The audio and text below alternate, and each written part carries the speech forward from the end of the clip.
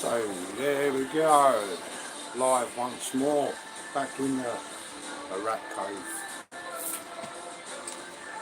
So what I'm gonna talk about is my piece of kit.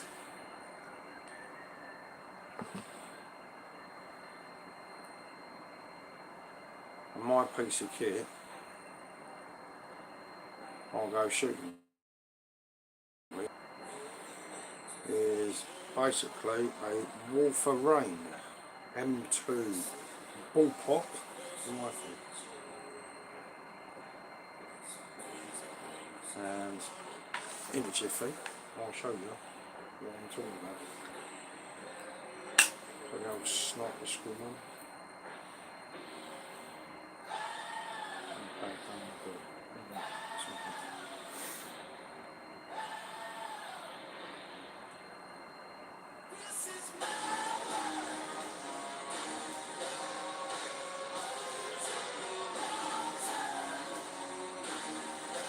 So, what I'm talking about here today, well, that's a good question, isn't it? Everything's all solid. Right, let's flip side covers down. So, if you're watching this later on, Keith, from Let's Tab 59, this is my bullpop, one of, alright, and here's the tactical rifle thing, so if I spin it around you can see what I've got. Alright, kind of looks like there's someone pointed out to us a few days back, or probably even longer than that, and that was, it looks like the French FAMAS and some similarities, alright, but it's not. So the rifle I've got, this one, is known as the Wolfer Rain M2 bullpop rifle, right? Which you can clearly see. Can you see that? Yeah, it's up here. That's what it's telling me up. It's a Wolfer Rain M2 gilly toe. Alright, so we've got a Wolfer Rain M2 BP rifle. So the canister is stored in the front, i.e. the foregrip, and that's where it's stored. Sight cover, which will go on in a jiffy. And I've also got a suppressor with giddy tape and just an ordinary torch beam. Yeah, so there's the suppressor or silencer whenever you want to kill it. Alright, so suppressor, my own torch beam, which you might see emits just enough ambient light to ping off and see what you're knocking off. Alright, so that's the suppressor. That's basically the rifle with no suppressor. So obviously, and then the muzzle, you'll have a muzzle brake, and this does have a bit of a bark when it cracks off. And also written on the barrel is Wolfer Rain, and it's etched, lasered into the barrel itself. Alright, so if I flip down the front sight, there you go. Now you'll see him picture up down the scope. And what I've got there, some people have a great big tube screwed on to the end of their scope. Alright, I've got a honeycomb. And the honeycomb reflector stops ambient light coming down and burning your eyes, for one. Two, it stops sun reflection. So, for example, if you're sniping, yeah, snipers have loads of different techniques, tricks and ways to hide their actual scope signature. And a lot of those will put ghillie tape over the top there and they've just got a slit. And what you can see by the crosshairs when you're looking down at the rear of the scope, yeah, the sniper can actually see what you would normally see without no ghillie tape on it, for example. Alright? And it stops reflections. So if you've got sun beaming it back at you, for example the white feather, for those that know that legendary story, alright, Gunny Sergeant Carlos Hathcock, USMC, sadly passed away in 1991. He was called the White Feather, and he had a white, obviously, a white feather in his boonie hat. And the reason why, that was a gimmick towards all the enemy snipers out there, the VC and the NVA, Viet Cong and the North Vietnamese Army. Yeah, so the VC are the guys running around in black pyjamas like you see in Rambo. And the NVA are the guys that you see fully uniformed in a drab greeny type colour out in the jungles of Vietnam. And he would wear a white feather in his hat as a gimmick, as if to say, well, you ain't killed me yet. But one of his famous shots that he did was going up against an enemy sniper. So between Carlos and I believe it was the Cobra, nicknamed, that was sent in to go and track down Carlos, aka the White Feather, USMC. They went from position to position, so basically it was counter sniping. And whoever made a mess first, obviously lost their life, they did. And it just so happened that the enemy sniper was sitting in Carlos's old sniper's nest where he was laying up.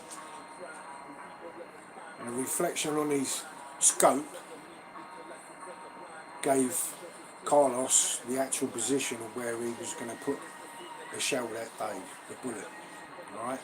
And when Carlos actually fired, he actually aimed at the glint of the scope from the enemy sniper that was laying up in Carlos's old sniper hide. The enemy sniper was hiding up in Carlos's old sniper spot. And it's what Carlos did, like they recreated in the famous film of Tom Hanks's film, where you've got the German sniper sitting up in a bell tower, and then he rams the bullet straight through the scope, blows the back of the German sniper's head off, takes it clean out, right? Because he shot him straight through the scope, and all the way through the prisms and the different other mirrors that are all embedded in what makes up your optics. And Carlos did that for real. And Carlos was the first ever guy in the sniping world community back out in Vietnam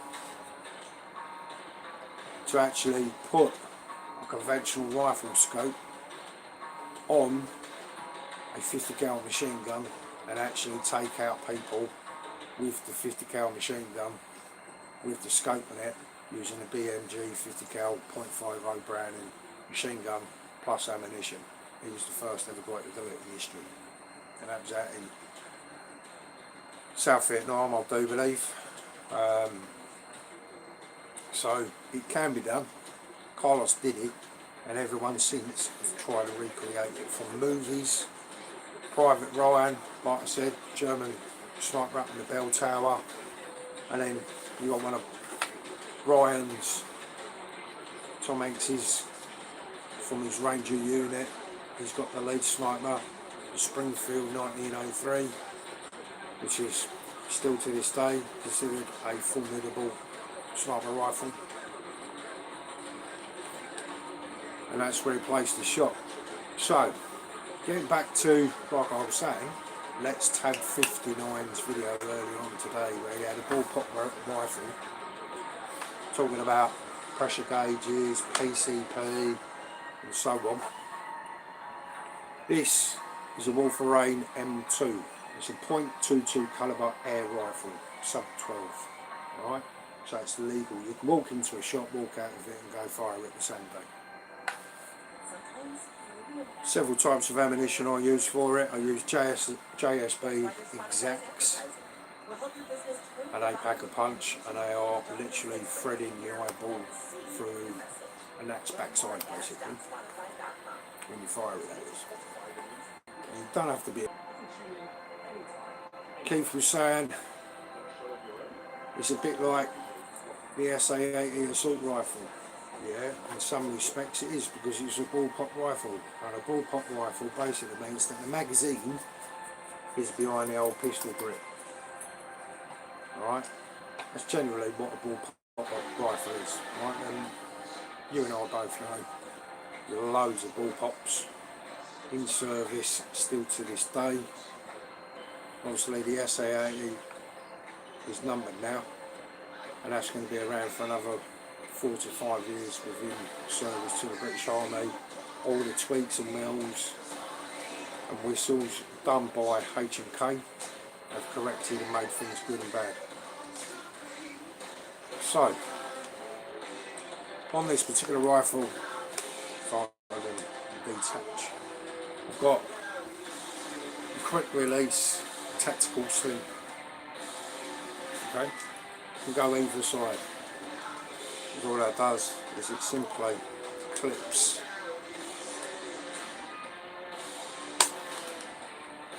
into the sling swivel out the rear. So if I spin it over quickly, there's the sling swivel that I have it clipped into, because I'm a right-handed shooter and I shoot with my right face. Right? So that can be detached. Picatinny rail. I've also got the actual sling swivel mounts on the Picatinny, because I've taken off my bod to put on my other Wolverine. Similar configuration as this. Okay, I'll show you in a second. Alright, so if I obviously take off the sling, so now it's a sling, and I put that sling mount, which is on my other rifle, my other Wolverine down in the back, which I'll show you in a jiffy. Right, I can then connect up the SA-80 assault rifle sling, which I've got. So therefore, I've still got my hands free. I can do everything you can do on the SA-80 regarding the sling. You've got hands free, using a quick release, and so on. Alright. Now, as Let's Tab 59 Sir said, when he was firing the PCP that was on loan to him for the next couple of weeks from Daystate Wolf. Alright. Daystate, they make some seriously badass rifles out there. A for every person who wants to go out in the back garden, shoot a few targets, knock over a few cans, that's all they want to do with it. So from now on Daystate, we've also got the guys that go out like yourself, bit of plinking, like shooting tin cans, targets, splash targets, and they also go out hunting with it. Then you've got the other guys, don't do none of that, because all they do is they bench rest and shoot targets, and they're competition shooters, and believe you me, them guys are mustard. They are really seriously bang on it. This is pretty much no different from the Daystate Wolf / Brocop. I've got a couple of Brocop rifles, bolt actions, and there you are. superior slugs. It's really good condition, good work. Recommend Brocock to anyone. I recommend Viararc to anyone. Day State, recommend that to anyone. Wolfer Rain, or the Wolfer, I can recommend that to anyone because I've got them. I've got 2 of them. In fact, I've got 3 of them. 2 of them I've got in 22 caliber, and my 3rd one is in 177, which gives me an extra shot. Right. So the magazines I'll show you in a second for this are pretty much no different from the Day State / Brocock Ghost. I remember that Keith on Let's Take 59 channel, go and check him out, he had. Alright, this is a 10 round 10 shot magazine. The 177, you're only going to get 1 more shot. So in comparison, right, there's the age old argument between 177 and 22 rifles, and it is what's better for hunting, or what's better for flat trajectory and all of that chaos. Alright, that argument's going to be going on for centuries. It also goes on in the real world with competition shooters. It all boils down to the grain, the weight of the round, how much propellant you've got in it, so on and so forth. Alright, all of that crazy arse shooting stuff. So that's what all of that boils down to. Literally. Alright, so the age old question between air rifles is between 177, 22, what flies straight through, flat, gets there quick, packs a punch and knocks out your quarry, such as a rabbit, a wood pigeon, even a duck. You can't shoot. If you've got a fox problem at home, and this applies to people in the UK, if you're wondering what the craziness is, it's my dog. He's having his mad hour. Right, so with a sub 12 rifle, there's no way on earth, if you've got a fox problem, can you get out your rifle from your gun cabinet, charge it, load it, ready to fire it. You put your laser on if you've got a laser, you switch on all your gear, your bells and whistles, all your trinkets that people do have. I had myself as well. Okay. A sub 12 rifle, shooting a fox in the head, and you think, yeah, that'll knock it out, put it over, it's game over. A sub 12 rifle, shooting a fox, or even the fox's skull, is not going to kill the fox in any way, shape or form. If anything, you're just going to piss off the fox and give him a migraine. That is it. Alright, because a fox's skull, believe it or not, is just as dense and thick as your dog skull. Alright, so if you've got a dog and you're a dog owner, the skull of a fox, the dense and the toughness of it, okay, an air rifle sub 12 is not going to kill that fox. That's if you've got a fox problem. So these sub 12 rifles trying to knock out foxes, waste of time. Because all you're going to do is cause other injuries. Alright, you ain't going to get anywhere. It's not going to kill your fox, and it's not going to get rid of the problem either. Alright, so for a sub 12, okay, which this rifle is, like I said, it's a Wolfer Rain. If you're wondering what this gauge here is all about, that tells me, or the person who's firing it, could be anyone, including the grandkids, they fire this and they're like, well, hey, yeah, grandfather's got some decent kit. Trust me, I have got some decent kit. And I'll leave that for another time, another show, another video, so on and so forth, right? So, like Keith was saying on his channel, and he released earlier on this afternoon today, okay?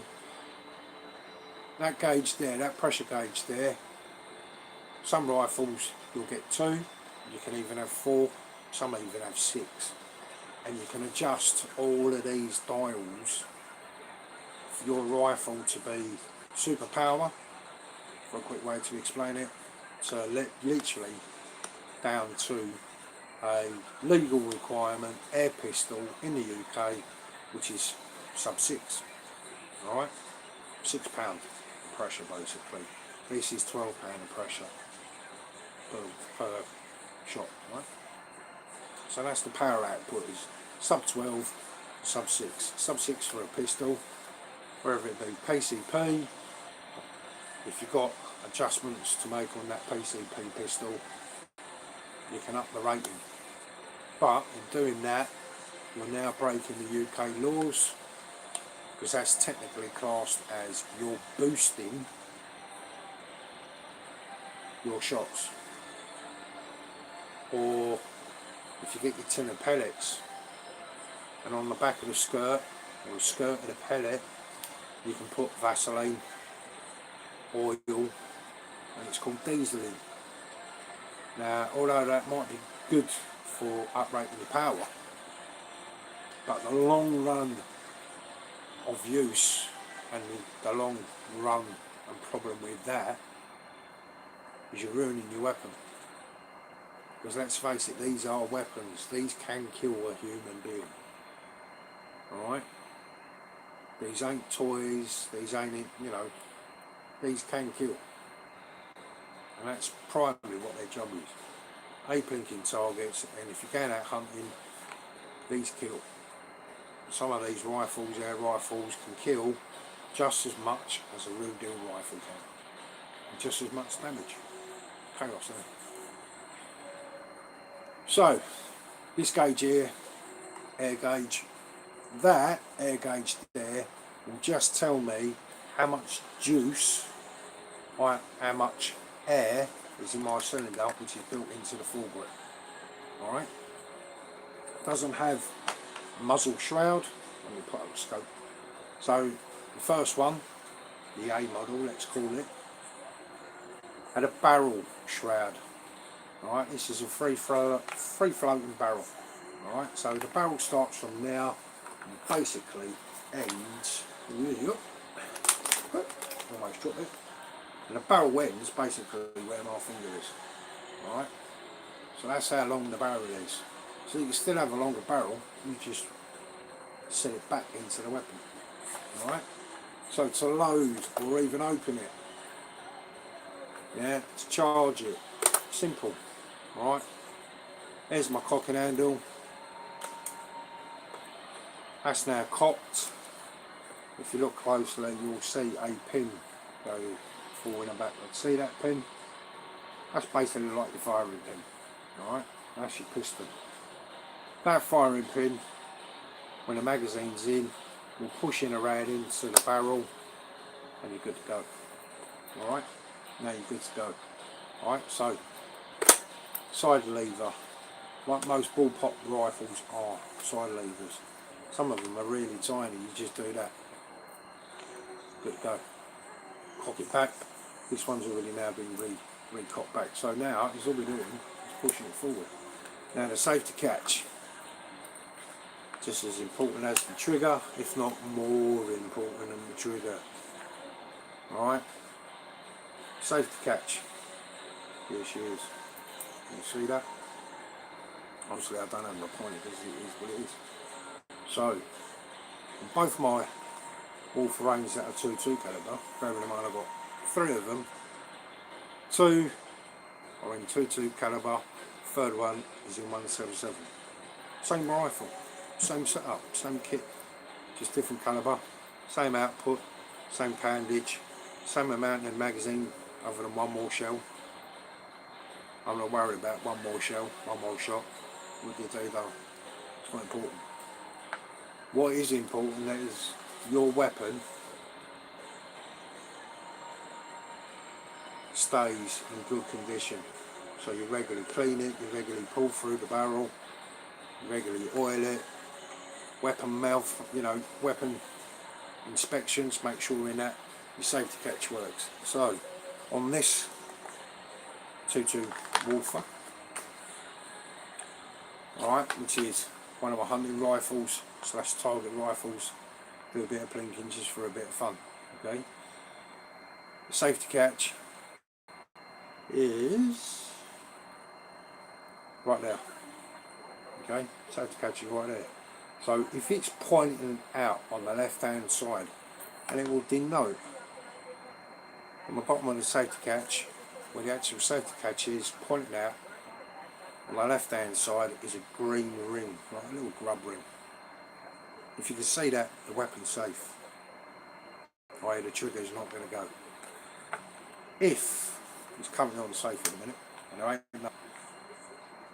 ain't no air in it, so there you go. You can fully adjust the trigger mechanism. So I can make this a lighter pull. I can adjust it so that if I just look at the rifle's going to go off. That's how sensitive you can adjust these things. Any rifle, if you know what you're doing and you do it right, jobs are good. Alright. So like I said, safety catch, it's physically pointing out this way. So if I push it through, you hear the click. Alright, now you won't be able to see it, but the safety catch is out, and now I can see visually, A, the safety catch is out, and 2, that there is a red ring around the safety catch to tell me this weapon is now live to fire. Okay? Bearing in mind it's got no juice in it, so it ain't going to sound as barky as it would. And that's with no air. Alright? If I put the suppressor back on, whereas some of you gun nuts around the world or movie buffs will go, no, it's a silencer. Well, you can call it what you like, but it muffles the weaponry pull, so it makes it harder for someone to find you. And not only that, if you're out pesting, i.e. pest control, or even out hunting, the last thing you want when you're out shooting, okay, is you don't want a loud noise to scare off all the other potential prey from rabbits, duck, partridge, pigeon, woodcock, alright, those type of things, especially if you're going out rabbiting, or even ratting. This, for rat purposes, shooting rats in a barn, fields, slush pit, this bad boy is ideal. Absolutely ideal for that type of work. I've used it in confined spaces, seriously confined spaces, and still managed to ping off what I'm aiming and shooting at. No problem. One shot, done. Next. Alright. So now safety is off. It's ready to fire. So let's go through the action again. So, like I said, you can do this with your finger. I do. Alright, so it's that easy. You can cock the whole weapon. Like so. Oh, there we go. Right. Sorry about that. For some, it all went peaked on. That's the movie business for you. Right. So, like I was saying, now we've got the suppressor fitted. Alright. Always, some of you gun nuts, stateside, go, that's not a suppressor, it's a silencer. Either way, it makes it bloody quieter. Alright? So, cock and handle, which will go on to 2 things with the cock and handle in a jiffy. Now I've got the suppressor on it. It's a lot quieter in it. Kind of a lot quieter for that big ass crack. Alright? Box rifle, it's a peach. I'd recommend this rifle to anyone and everyone who wants to get into air rifle shooting. So, characteristics and weight of this particular rifle. Right, well, this rifle, unscoped, or in this configuration, weighs 6.5 pounds. So in other words, 6.5 bags of sugar. Alright, 6.5 bags of sugar. That's nothing. You can carry around, you can carry this all day, every day, all day long. You won't get tired, you won't get knackered, you ain't going to get cheesed off with yourself. You're not going to go, oh right, I've had enough after an hour's worth, and you've just plodded around and you ain't shot nothing other than the target, just to check your zero before you're going out hunting and shooting your quarry. Alright?